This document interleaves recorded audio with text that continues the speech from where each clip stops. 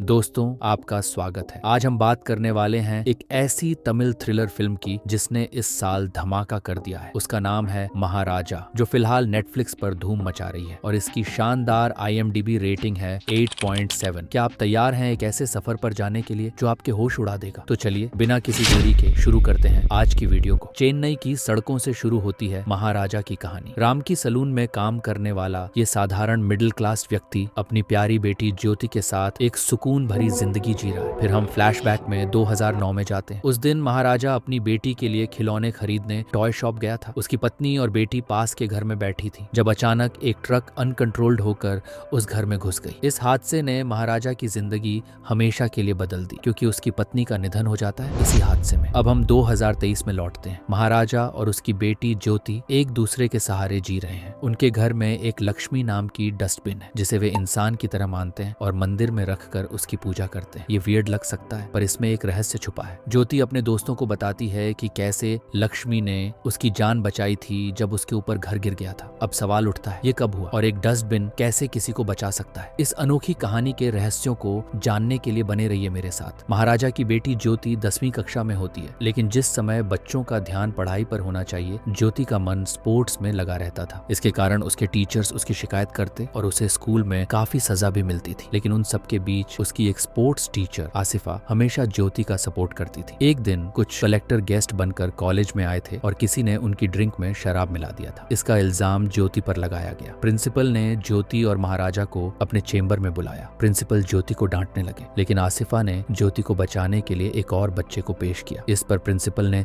बच्चे को थप्पड़ मारा और फिर से ज्योति को डांटने लगे। महाराजा ने ज्योति को बहुत प्यार से पाला था, इसलिए वो ये सब सहन नहीं कर पाया और प्रिंसिपल से ज्योति से माफी मांगने को कहा। प्रिंसिपल ने मना कर दिया तो महाराजा ने प्रिंसिपल को इस कदर मजबूर किया कि अंत में प्रिंसिपल को ज्योति से माफी मांगनी पड़ी। महाराजा का अधिकतर समय ज्योति के साथ ही गुजरता था। एक दिन ज्योति ने महाराजा को बताया कि उसे स्पोर्ट्स कंपटीशन के लिए स्कूल की तरफ से बाहर जाना पड़ेगा। अगली सुबह वह बस से बाकी बच्चों के साथ चली गई। ज्योति के जाने के बाद महाराजा एकदम अकेला हो गया। पहली बार इतने सालों में महाराजा ने अपनी बेटी ज्योति को खुद से इतना दूर भेजा था। एक दिन जब महाराजा अपने सलून का काम खत्म करके घर पहुंचता है और जैसे ही वो अपने घर का दरवाजा खोलता है, अगली ही सीन में हम एक चौंकाने वाला दृश्य देखते हैं। एक सांप महाराजा के घर की खिड़की से अंदर आता है। महाराजा नीचे पड़ा हुआ होता है और उसे काफी चोट लगी होती है। सांप महाराजा के ऊपर से गुजर जाता है, लेकिन महाराजा इतनी गंभीर चोटों के कारण बेहोश पड़ा होता है कि उसे कुछ भी महसूस नहीं होता। अब हम अगले सीन में एक अमीर आदमी को देखते हैं जिसकी कार गैराज में रिपेयर के लिए दी गई थी। उसे याद आता है कि जब उसने अपनी कार को रिपेयर के लिए गैराज में दिया था, तब वो चश्मा कार के अंदर ही रह गया था। जब वो गैराज में जाकर चश्मे के बारे में पूछता है तो वहाँ के लोग जवाब देते हैं कि उन्हें नहीं पता और बोलते हैं कि कार में कोई चश्मा नहीं था। गुस्से में आकर वो सभी को पीटने लगता है। तभी गैराज का मालिक धना नामक एक व्यक्ति को बुलाता है, जो पहले भी कुछ अपराधों के लिए जेल जा चुका है और जिसने कार को उसके घर पर डिलीवर किया था। गैराज मालिक धना से चश्मे के बारे में पूछता है, लेकिन उसे पहले ही अमीर आदमी धना को पीटना शुरू कर देता है और उसे शाम तक चश्मा वापस देने के लिए कहता है। शाम को अमीर आदमी अपने दोस्तों के साथ बैठा होता है कि तभी वह धना आ जाता है। उसके हाथ में वही चश्मा होता है जिसे वो वहीं पर तोड़ देता है। ये देखकर अमीर आदमी एक बार फिर से धना को पीटना शुरू कर देता है, मगर इस बार धना के मन में उसके लिए बहुत ज्यादा गुस्सा होता है। इसी गुस्से में वो अमीर व्यक्ति और उसके सभी दोस्तों को बुरी तरह पीट देता है। मारपीट के बाद अमीर आदमी की हालत बहुत खराब हो जाती है। धना उनको मारने के बाद वहां से चला जाता है। ये देखकर एक बात साफ हो जाती है, धना कोई साधारण आदमी नहीं है, क्योंकि गैराज में काम करने वाले आदमी के पास इतनी हिम्मत नहीं हो सकती कि वो किसी अमीर आदमी को इस तरह से पीटे। अब सीन शिफ्ट होता है, जहाँ हम महाराजा को पुलिस स्टेशन पर देखते हैं। वह गंभीर चोटों के साथ पुलिस स्टेशन आया होता है और उसको देख के लगता है कि उसे किसी ने बुरी तरह से पीटा है। पुलिस इंस्पेक्टर पेरूमलसामी उसे पूछता है कि वह पुलिस स्टेशन क्यों आया है। महाराजा बताता है कि उसकी लक्ष्मी चोरी हो गई है। इंस्पेक्टर पेरूमलसामी रिपोर्ट दर्ज करता है और पूछता है कि लक्ष्मी है कौन। महाराजा बताता है कि लक्ष्मी दरअसल उसका डस्टबिन है। ये सुनकर पेरूमलसामी का दिमाग हिल जाता है। वो महाराजा का मजाक उड़ाता है और उसे वहां से चले जाने के लिए कहता है, मगर महाराजा सीरियस था और वह कहता है कि जब तक उसे लक्ष्मी नहीं मिल जाती वो कहीं कहीं नहीं जाएगा। इस बात से गुस्साए पेरू मलसामी महाराजा को पीटना शुरू कर देता है और उसे जबरदस्ती बाहर निकालने की कोशिश करता है, लेकिन महाराजा दृढ़ रहता है और स्टेशन में तोड़फोड़ भी शुरू हो जाती है। इस बीच हम वरदराजन नाम के एक पुलिस वाले को देखते हैं जो एक केस सुलझा रहा है। वरदराजन एक चोर को पकड़ता है जो एक आरडी ऑफिसर के घर पर चोरी करता है, लेकिन असली गहनों की जगह वो नकली गहने ऑफिसर को देता है और खुद असली गहने रख लेता है। वरदराजन का पुलिस स्टेशन जहां महाराजा आया हुआ था उसके अंडर आता था। जब वरदराजन वहां की स्थिति देखता है तो वो महाराजा से उसकी कंप्लेंट के बारे में पूछता है। महाराजा बताता है कि जब वो काम से घर लौट रहा था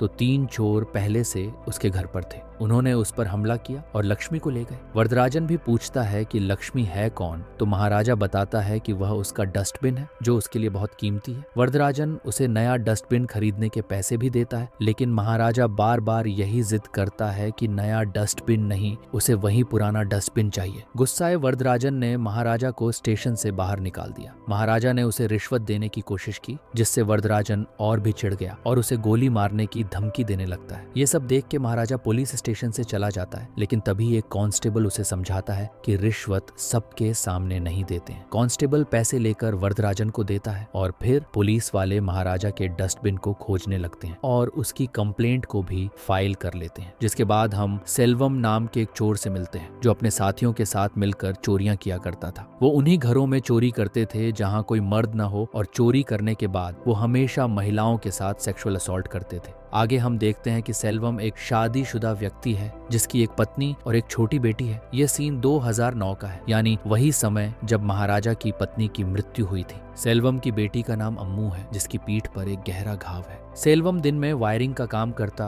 और रात में चोरी करता था। इसके बारे में उसका परिवार नहीं जानता था। अब मूवी प्रेजेंट टाइम में आती है जहां हमें सेल्वम के घर के अंदर लक्ष्मी को दिखाया जाता है। इससे पता चलता है कि उस रात महाराजा के घर पर सेल्वम भी था। दूसरी तरफ सभी पुलिस वाले लक्ष्मी को ढूंढ रहे होते हैं, लेकिन उसकी कोई भी खोज खबर नहीं मिल रही थी पुलिस वालों को। महाराजा पुलिस स्टेशन में काम करना चालू कर देता है क्योंकि उसने वरदराजन को लक्ष्मी को ढूंढने के लिए 5 लाख रुपए की रिश्वत देने का वादा किया था, जिसमें से उसने केवल 50,000 रुपए अभी दिए थे। नेक्स्ट सीन में हम देखते हैं कि महाराजा वरदराजन से मिलने के लिए बैठा हुआ है, तभी धना की कंपनी का कार मैकेनिक वहां पर आता है। महाराजा के पूछने पर वो बताता है कि उसकी कंपनी में काम करने वाला धना काफी दिनों से गायब है, और वो महाराजा को धना की फोटो भी दिखाता है। फोटो देखते ही हम फ्लैशबैक में जाते हैं जहां हम उसी अमीर आदमी को देखते हैं जिसे धना ने मारा था। अब जब महाराजा अपने घर में चोरों से लड़ रहा था, उसे एक चोर के पास से एक कार की पर्ची मिलती है जिसके ऊपर गाड़ी के मालिक का पता लिखा होता है, और वो पता अमीर आदमी का ही होता है। महाराजा उस अमीर आदमी के पास जाता है और हम देखते हैं कि धना के वहां आने से कुछ समय पहले वहां पर महाराजा आया था। जब वो धना को वहां पर मारपीट करते हुए देखता है तो उसे धना पर शक होता है और वह धना का पीछा करने लगता है। ये देखकर धना अपने कुछ साथियों को बुला लेता है और वो सभी मिलकर महाराजा को मारने लगते हैं। तभी धना बातों बातों में महाराजा को पहचान लेता है और उसे बताता है कि वो उसके घर में भी चोरी कर चुका है। ये सुनते ही महाराजा उन सभी को बहुत ही बुरी तरह मारता है और धना की पीठ पर कुछ देखने लगता है। इसके बाद धना उसे बताता है कि उस दिन उसके साथ एक पुलिस वाला भी था जो उस चोरी में शामिल था, इसलिए महाराजा कुछ नहीं कर पाएगा। इस पर महाराजा गुस्से में आकर उसका गला ही काट देता है, क्योंकि धना ने यह कहा था कि उस चोरी में एक पुलिस वाला भी शामिल था, इसलिए महाराजा पुलिस स्टेशन आया हुआ था। उसका असली मकसद उस पुलिस वाले को ढूंढना था जो उस रात उसके घर पर था। लक्ष्मी को ढूंढना तो बस एक बहाना था। अब हम देखते हैं कि सब तरफ ढूंढ लेने के बावजूद भी जब पुलिस को लक्ष्मी नहीं मिलती तो वो एक नकली लक्ष्मी बनवाने के लिए जाते हैं। तभी सीन 2009 की तरफ आता है जहां हम सेल्वम को देखते हैं जो अपने साथी सबरी के साथ चोरियां किया करता था। आज उसकी बेटी का जन्मदिन होता है, इसलिए वो अच्छा दिखने के लिए महाराजा के ही सैलून में जाता है। वहां वो अपनी बीवी को बताता है कि वो अपनी बेटी को सोने की चेन गिफ्ट करेगा, लेकिन होता ये है कि शेविंग कराते समय ट्रिमर की बैटरी खत्म हो जाती है, तो महाराजा बैटरी लेने के लिए बगल वाली दुकान पर जाता है। इसी दौरान सेल्वम का दोस्त सबरी उसे कॉल करके बताता है कि उनकी चोरियों के बारे में न्यूज़पेपर में खबर आ गई है और वे एक्सपोज हो चुके हैं। सेल्वम उससे बात करके फोन रख देता है। तभी वो नोटिस करता है कि उसके पीछे महाराजा खड़ा हुआ था। अब सेल्वम को यह लगने लगता है कि महाराजा ने उसकी सारी बातें सुन ली हैं, लेकिन महाराजा कोई रिएक्शन नहीं देता है क्योंकि उसने ऐसा कुछ सुना ही नहीं था। इसके बाद सेल्वम जल्दी जल्दी में अपने घर चला जाता है। इधर महाराजा नोटिस करता है कि सेल्वम की जो सोने की चेन थी वो वहीं रह गई है, जिसे देने के लिए महाराजा उसके घर जाता है। लेकिन क्लियर सी बात है कि पुलिस वालों को सारी चीजें पता चल गई थीं कि सेल्वम चोरी करता है और न्यूज़पेपर में भी खबर आ गई थी। जब पुलिस वालों ने उन्हें पकड़ा और ले जा रहे थे तब सबरी बंदूक निकाल लेता है और गलती से गोली भी चला देता है। सेल्फ डिफेंस में पुलिस वाले सबरी को शूट कर देते हैं और सेल्वम को गिरफ्तार कर लिया जाता है। अब सेल्वम को ये लगता है कि शायद महाराजा ने ही उसकी बातें सुनी थी और वही पुलिस को लेकर वहां आया, इसीलिए वो मन ही मन महाराजा से बदला लेने का ठान लेता है। लेकिन महाराजा तो केवल उसकी चेन लौटाने आया था। मूवी फिर से प्रेजेंट टाइम में आती है और हम देखते हैं कि नकली लक्ष्मी यानी कि डस्टबिन बन चुका होता है। मगर यहाँ पर चोर कौन बनेगा? इस पर वरदराजन सोचता है कि हमेशा की तरह किसी पुलिस वाले के ही खबरी को चोर की तरह पकड़वा देंगे और बाद में उसे छुड़ा लेंगे, क्योंकि ये वह पहले से भी करते आ रहे थे। लेकिन इस बार मामला थोड़ा अलग था। कोई भी चोर एक डस्टबिन की चोरी करने के लिए तैयार नहीं था। सबका यही मानना था कि इससे उनकी इज्जत चली जाएगी, इसलिए यहाँ पर नल्ला शिवम को ही चोर बना दिया जाता है। अब वरदराजन महाराजा को कॉल करता है और उसे एक बार फिर से पुलिस स्टेशन आकर अपनी कहानी बताने के लिए कहता है। अगली सुबह महाराजा पुलिस स्टेशन आता है और फिर से कहानी सुनाने लगता है। यहाँ पर कहानी का एक बड़ा राज सामने आता है। महाराजा बताता है कि वो रात के 10 बजे अपने घर पर आया था, पर असल में वो घर पर था ही नहीं, बल्कि ज्योति घर पर आई थी, जहाँ पर वो चोर पहले से ही छुपे हुए थे। वे 3 लोग थे, जिनमें से एक वह पुलिस वाला भी था जो अभी महाराजा के लिए लक्ष्मी को ढूंढ रहा होता है, यानी कि नल्ला शिवम। जी हाँ, और दूसरा था सेल्वम, जो जेल से छूटकर महाराजा से अपना बदला लेने आया था, और तीसरा था धना, जिसे महाराजा पहले ही मार चुका है। यहाँ से हमको पता चलता है कि अभी तक जो भी सेल्वम के बारे में बताया गया था वो सारी चीजें पास्ट में हुई थी, यानी 2009 में, और प्रेजेंट में वो खाली अपना बदला लेने आया था। अब ज्योति इन सारी बातों से अनजान अपने घर पर कपड़े बदल रही थी, जहाँ पर ये तीनों उसको देखते हैं और फिर उसका रेप करते हैं और महाराजा के आने से पहले भाग जाते हैं। ज्योति की बहुत ही बुरी हालत हो गई थी इधर, और फिर तुरंत हम पुलिस स्टेशन में आते हैं। महाराजा ये सब सोच रहा होता है, लेकिन वो कांस्टेबल को वही बता रहा होता है कि लक्ष्मी कैसे चोरी हुई। वो ज्योति का जिक्र भी नहीं करता। वरदराजन जब उस पुलिस वाले को ये कहानी बताता है, यानी कि नल्ला शिवम को, तो वह डर जाता है और सेल्वम को तुरंत ही कॉल कर देता है। अभी तक नल्ला शिवम को ये लग रहा था कि महाराजा को कुछ नहीं पता, मगर अब उसे डर था कि कहीं लक्ष्मी को ढूंढते हुए वो खुद ना पकड़ा जाए। अब सीन फिर से पास्ट में जाता है, जहाँ पर उसी रात जब महाराजा अपनी बेटी के लिए स्पोर्ट शूज लेकर घर आ रहा था, तो घर आकर वो अपनी बेटी को इतनी बुरी हालत में देखकर शॉक्ड रह जाता है। उसे तुरंत ही हॉस्पिटल लेकर जाता है। ज्योति की हालत काफी खराब होती है, जिसे देखकर महाराजा काफी ज्यादा दुखी हो जाता है और बहुत ही ज्यादा रोने लगता है। ज्योति अपने पिता से यह कहती है कि उसके साथ ये सब करने वालों को वो ढूंढ कर लेकर आए। उसी के बाद से महाराजा इन तीनों चोरों को ढूंढने लगता है। अब स्टोरी प्रेजेंट में आती है और तब हमें दिखाया जाता है कि वरदराजन और उसकी टीम उस रात के सीन को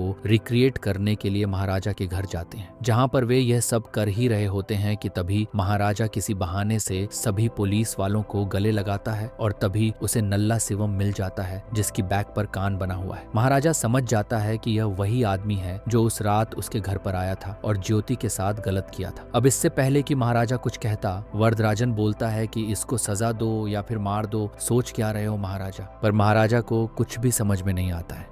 फिर हमें पता चलता है कि जब धना की मौत हुई थी तो उसके बाद वरदराजन को पता चल गया था कि केस में हो क्या रहा था। उसने पूरी चीज को सर्च कराया और पुलिस वालों को डॉक्टर के पास भी भेजा, जहां पर उसे पता चला कि महाराजा की बेटी ज्योति के साथ बलात्कार किया गया था और वो पहले से ही जानता था कि महाराजा सब कुछ जानता है। दरअसल वो तो इनडायरेक्टली महाराजा के साथ मिलकर उसकी ही मदद कर रहे थे ताकि वो उस पुलिस वाले को पकड़ सके जिसने ज्योति का बलात्कार किया था, और अभी तक वे सब लक्ष्मी को ढूंढने का नाटक कर रहे थे ताकि नल्ला शिवम को शक न हो। इसके बाद वरदराजन महाराजा को नल्ला शिवम को मार देने के लिए कहता है और एक हथियार भी देता है। बाकी सभी लोग उस पुलिस वाले यानी कि नल्ला शिवम को महाराजा के साथ घर में बंद कर देते हैं, जिस पर महाराजा उसे वहीं ऑन द स्पॉट मार डालता है। वरदराजन का ऐसा मानना था कि ऐसे लोगों के लिए कोई भी पनिशमेंट कम पड़ेगी और वे माफी के लायक बिल्कुल नहीं है। अब स्टोरी आगे बढ़ती है और महाराजा को पता चल गया था कि नल्ला शिवम और धना के साथ जो तीसरा व्यक्ति था वो फिलहाल एक कंस्ट्रक्शन बिल्डिंग में काम करता है और वहाँ छुपा हुआ है। इसके बाद महाराजा वहाँ पर जाता है और जब सेल्वम उसे देखता है तो उसे फ्लैशबैक के सीन याद आते हैं जब सेल्वम को पुलिस पकड़ कर ले गई थी, और फिर उन दोनों की लड़ाई होती है जिसमें महाराजा उसे बहुत मारता है। उसे काफी पीटने के बाद सेल्वम उससे यह कहता है कि मैं तो कुछ दिन में ठीक हो जाऊंगा, मगर तुम्हारी बेटी इस हादसे से कभी भी उभर नहीं पाएगी। तभी हम नोटिस करते हैं कि टीचर आसिफा ज्योति को लेकर वहीं पर आती है। और दोस्तों, अब यहाँ पर खुलता है इस इस मूवी का सबसे बड़ा खुलासा जिससे पूरी कहानी बदल जाती है। तभी ज्योति सेल्वम को एक चेन देती है और बोलती है कि ये चेन वो रख ले, और वह वहां से चली जाती है। ज्योति को लगा था कि वो लोग उस दिन घर में चोरी करने आए थे। चेन देखकर सेल्वम बिल्कुल चौंक जाता है। असल में ये वही चेन होती है जो सेल्वम ने 2009 में अपनी बेटी को उसके जन्मदिन पर देने का सोचा था। और यहाँ पर एक बार फिर से 2009 का सीन दिखाया जाता है, जहाँ पर हम नोटिस करते हैं कि सेल्वम के अरेस्ट होने के बाद उसकी पत्नी कहती है कि वो उसकी बेटी ज्योति से दूर रहे, क्योंकि उन्हें इस बारे में कोई आइडिया नहीं था कि वे कितने गलत काम करता है और लड़कियों के साथ भी गलत करता है। तो ऑब्वियस सी बात है, ये सब सुनकर और देखकर सेल्वम को गलत फहमी हो गई थी कि महाराजा ने उसे पकड़वा दिया, जबकि पुलिस को उसके बारे में पहले से ही पता चल चुका था। इसलिए सेल्वम ने अपने मन में महाराजा के खिलाफ बदले की भावना पाल ली और जैसे ही वह जेल से बाहर आया उसने ज्योति का बलात्कार कर दिया। लेकिन शॉकिंग बात यह होती है कि जब महाराजा वहां पर आया था तो वह अपने परिवार को लेकर सेल्वम के घर गया था। ये वही घर था जो हमने शुरुआत में देखा था। महाराजा सेल्वम की पत्नी को वह चेन देता है जो सेल्वम उसके सैलून के अंदर ही भूल आया था, मगर सेल्वम की पत्नी उसे लेने से मना कर देती, कहती है कि यह भी चोरी की होगी। तभी महाराजा सेल्वम की बेटी के लिए टॉय लेने जाता है, जिसके बाद उनके घर में वो लॉरी घुस गई थी। अब इस हादसे के अंदर महाराजा की पत्नी, उसकी खुद की बेटी और सेल्वम की पत्नी सभी मारे जाते हैं, लेकिन केवल सेल्वम की बेटी बच जाती है क्योंकि उसके ऊपर डस्टबिन यानी कि लक्ष्मी गिर गई थी, जिससे कि सेल्वम की बेटी बच गई थी। और इसलिए ही ये लोग लक्ष्मी को बेहद अच्छे से रखते थे, उसकी पूजा किया करते थे। उनके लिए वह भगवान से कम नहीं थी। आई होप आपको लक्ष्मी वाला कॉन्सेप्ट क्लियर हो गया होगा। और यहाँ पर हमें पता चलता है कि असल में महाराजा की बेटी, जिसे महाराजा इतने समय से पाल पोस कर बड़ा कर रहा था, वो महाराजा की नहीं बल्कि सेल्वम की बेटी होती है। जी हाँ, तभी ज्योति की बैग पर सेल्वम को एक निशान दिखता है, जिसे देखकर सेल्वम को याद आता है कि उसकी बेटी पर भी ऐसा ही निशान था, यानी कि यह लड़की ज्योति नहीं बल्कि अम्मू होती है। यहाँ सेल्वम ने बदले की आग में अपनी ही बेटी के साथ बलात्कार कराया था, बल्कि उसके साथियों ने भी किया था। अब सेल्वम अपने किए हुए पर शर्मिंदा हो जाता है और महाराजा से माफी मांगता है, लेकिन अब बहुत देर हो चुकी थी। महाराजा ज्योति और आसिफा को वहां से ले जाता है और सेल्वम अपनी गलती के लिए खुद को माफ नहीं कर पाता और वहीं ऑन द स्पॉट बिल्डिंग से कूदकर अपनी जान दे देता है। तो दोस्तों, यही थी महाराजा फिल्म की कहानी। उम्मीद करता हूँ कि आपको ये Tamil blockbuster action thriller movie उतनी ही पसंद आई होगी जितनी हमें आई है। ये मूवी वाकई शानदार है। इसके इमोशनल सीन आपको भावुक कर देंगे और एक्शन सीन्स उतने ही एक्साइटिंग और डरावने हैं। मैंने आपको पूरी कहानी बता दी है, लेकिन अगर आपके मन में कोई भी सवाल हो तो बेझिझक कमेंट सेक्शन में पूछ सकते हैं। अगर वीडियो पसंद आई हो लाइक जरूर कर दें। अगर आप हमारे चैनल पर नए हैं तो सब्सक्राइब करना न भूलें, ताकि आपको हमारे सभी नए वीडियो के अपडेट मिलती रहे। इसके अलावा कमेंट करके जरूर बताएं कि आपको यह फिल्म कैसी लगी। जल्द ही एक नए वीडियो के साथ फिर मिलेंगे, तब तक के लिए गुड बाय।